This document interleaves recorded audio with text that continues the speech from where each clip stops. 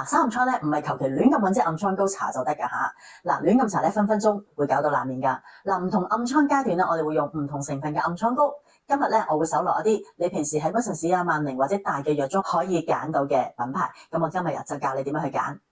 嗱，暗瘡有分開4個階段嘅。第一個階段咧就係暗瘡啱啱起，微微紅啦，腫腫地嘅，只有擠唔出啦嘅一啲閉口嘅粉刺。嗱，呢個時候咧要用溫和同埋消炎疏通毛孔成分多啲嘅暗瘡膏啦。嗱，你可以揀咧 Dermalab 嘅 Cica 暗瘡啫喱啦，或者係德國泉水金菊。重點咧就係佢哋嘅成分當中有水楊酸 BHA， 幫你溶解你嘅暗瘡裏面嘅油脂啦，同埋積雪草啊、洋甘菊啊呢啲成分咧都能夠有效咧去做到消炎同埋舒緩啦、退紅嘅作用嘅。咁第二階段咧就係暗瘡好明顯咁樣咧大粒咗啦，見到龍頭喎。咁呢個時候咧我哋就要殺菌啦。咁用咩殺菌咧？我哋可以揀啦 Benzac 嘅 AC5啦，或者係 Oxy 即係快治5啊。重點咧就係因為佢哋有5% 嘅過氧化苯，即係 benzoyl peroxide。嗱，其實 benzoyl peroxide 咧就係可以咧釋放氧氣，焗死一啲咧暗瘡菌嘅喎，令佢快速啦收乾水，同埋咧係收乾啲油脂，令到啲龍頭可以盡快收水結焦。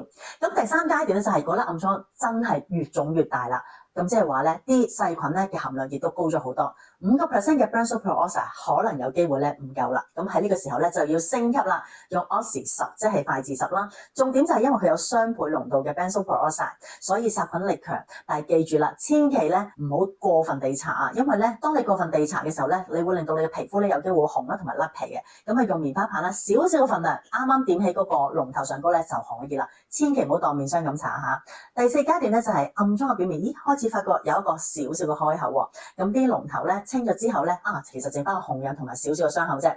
咁記住啦，喺呢一刻千祈唔可以再搽 benzoyl peroxide 成分嘅暗瘡膏，一來都冇菌俾你殺啦，二來咧其實咧你會阻礙傷口嘅愈合嘅。咁你可以用翻之前頭先啱啱講嘅第一種啦 Dermalab 嘅 Cica 嘅暗瘡啫喱，因為佢裏邊咧有積雪草啦，亦都幫助傷口咧加速咁修復，淡化啲紅印啦，或者你可以用一啲暗瘡貼咧吸走剩翻落嚟嘅分泌物啦，亦都可以做一個保護傷口嘅方法嘅，令到佢唔會再次受感染啦。